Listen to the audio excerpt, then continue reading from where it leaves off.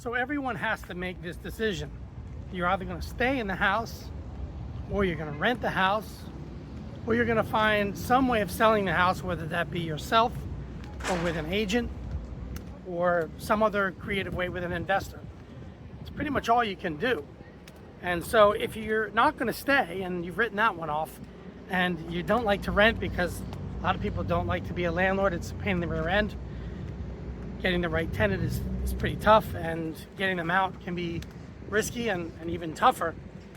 Well, then you're going to sell. And if you're selling and it's sitting on the market and nothing is happening, well, that's because people either can't or they won't or both. They have to be able and they have to be willing and interested.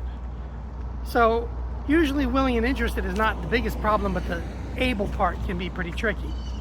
And so if you're in a market like right now, it's very tough for people who are buyers to actually be able to get the money they need for the price that you're putting out there, which is high. And it's understandable why it's high, because the market has been growing and prices have been growing because there's more people looking for property than there are people selling property. And that's the result. And so when you get into that situation and the property's just sitting there, you have to ask yourself, what is my goal? What is it ultimately that I want to do? Do I want to keep and just, stay? Do I want to rent it and keep the house? Or do I really want to sell it? I'm not here to tell you what to do with your money or your property or anything. If you want to sell it, and that's what you say you want to do, then what you have to do is what it takes to sell it, what it takes to get it across the finish line. And if you're going to sit there and insist on the highest price and all cash, at closing, well, unless you're going to price that correctly, it's going to sit there. So it's really up to you. It's your property. You do what you want. It's your investment. It's your time. It's your risk. Do what you need to do. But if you're going to sell it, you got to find a way to get it through the finish line.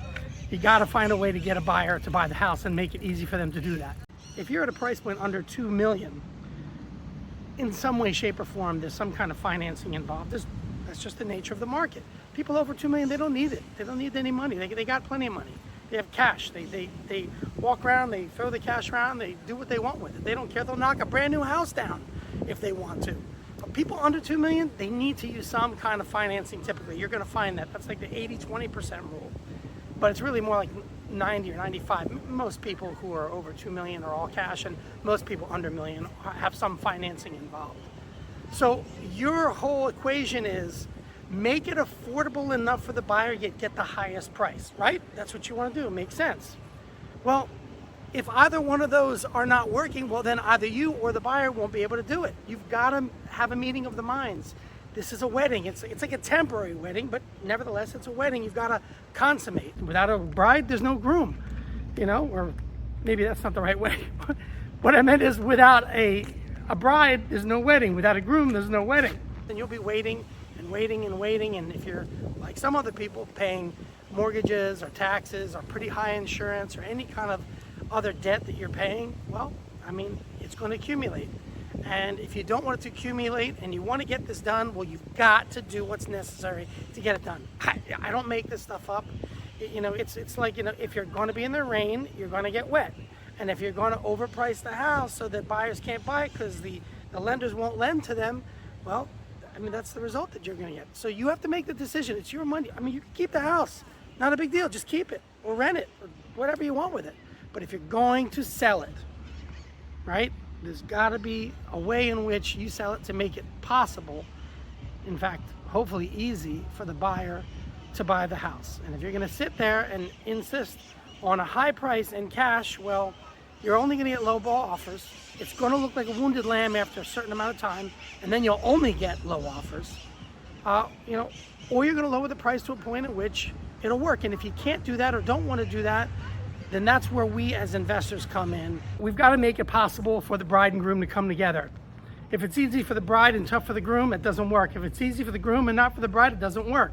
We've got to find a way, and that's what working with an investor ultimately does, is that you restructure the situation, you resell the situation in such a way in which you call your house an investment and you make it easier for the buyer to buy your house, and you get it done. What we're going to do is we're going to find different ways, and we're going to rearrange the financing, and the deposits and the payments in such a way in which you'll get more money. Ultimately, you'll lock in a higher dollar amount. But what you're going to end up doing is making it possible for the buyer to actually buy the house. And that's the end goal, right?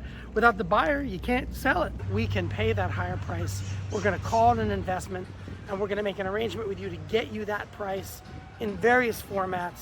And we'll also make it possible for the buyer to buy the house so that the entire transaction can occur. Give us a call, we'll tell you how.